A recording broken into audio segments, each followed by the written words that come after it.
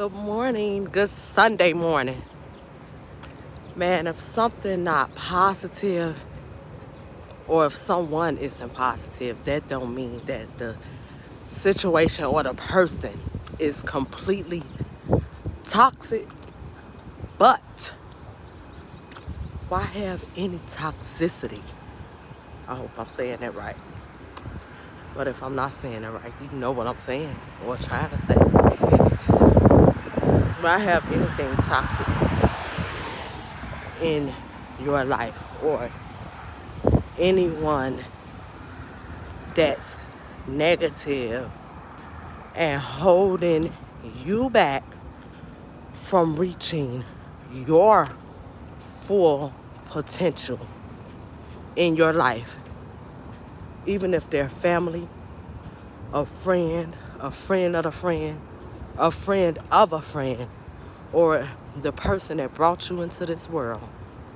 If someone is doing something that is not benefiting you mentally and bringing you down, and they are the culprit, the actual person that's causing all this stress and clutter in your life. It was said before that if you're on the phone with someone and the energy not right, and it happens more than once, like all the time, and you dread that person calling you, stop picking up the phone for that person. I have probably been that person in someone's life before. I hope not, but I probably have been. We all probably have been. But we live and we learn. We learn to be positive and not negative. Because, well, the way you apply it, being positive and not negative, is when you start getting thoughts and the thoughts are negative, you replace those negative thoughts not an hour later or 20 minutes into the negative thought process or into the negative thinking. You replace it right away. Right away. I just bust out praying. Like, I am not going back to that place. Let me say a prayer. God, please pray to God to help you. Or just distract yourself with something positive, with positive thoughts. Get up and move. Get up and take a walk. Get up and go to the gym. Take a drive. Go play with your kids. Go do some hair. Go put some energy into something positive, your passion that you like to do. Go make yourself better at something. Go practice something. Go write. Go draw. Go do something. Just don't sit around feeling sorry for yourself. If you don't know how to do something, it's Google, it's YouTube. I mean, all these different DIY projects and stuff like that. Educate yourself on something. Somebody saying that you can't do something. You don't have to prove anything to them and show them that you can do something. But they are going to eventually see that. But prove it to yourself that you can do it. And start working on it and just do it. And you don't have to tell anyone about it unless you want to. It's just, man, it's crazy. All the negativity and just the world that we are living in and the different problems and stresses we have to deal with on a daily basis. It is crazy.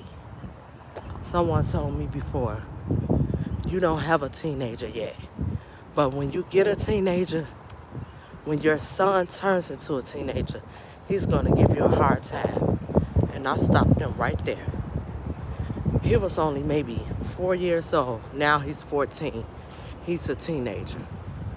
He goes through things, of course, teenagers do. It's rough for teenagers too. It's rough for everyone. Teenagers have more pressure now. It's just so ridiculous.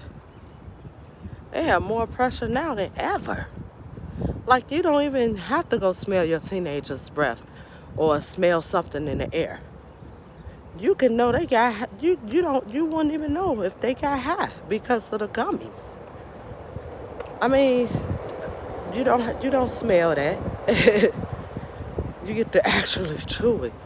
These kids can get their hands on anything these days. And some parents either don't care, don't put too much emphasis on it, stuff like that. But you have to show that you care. Show that you care. Show that you're willing to discipline your child. Show your child that doing certain things is going down the wrong track. Keep the line of communication open. I mean, it is something else. It is just something. It's something else. Dealing with everything. But I told that person right away, even though my son was young, like I said, maybe he was 2 years old or 4 years old, 6 or something. He was nowhere near being a teenager. But the person told me, when I get a teenager, he's going to give me a very hard time. And I told them, even then, all those years ago, don't speak that into existence about my son. I mean, don't say that. Just because one teenager is a certain way doesn't mean every teenager will be that way. That's not true.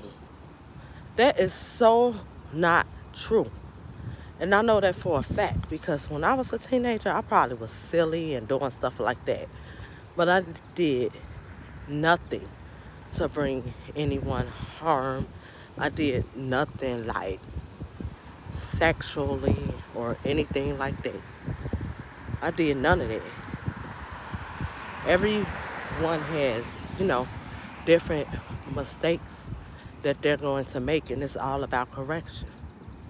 But at the same time, you can't just put everyone in one cluster and say, oh, everyone's going to have their problems, but you can't say that every teenager is going to be super wild and out of control.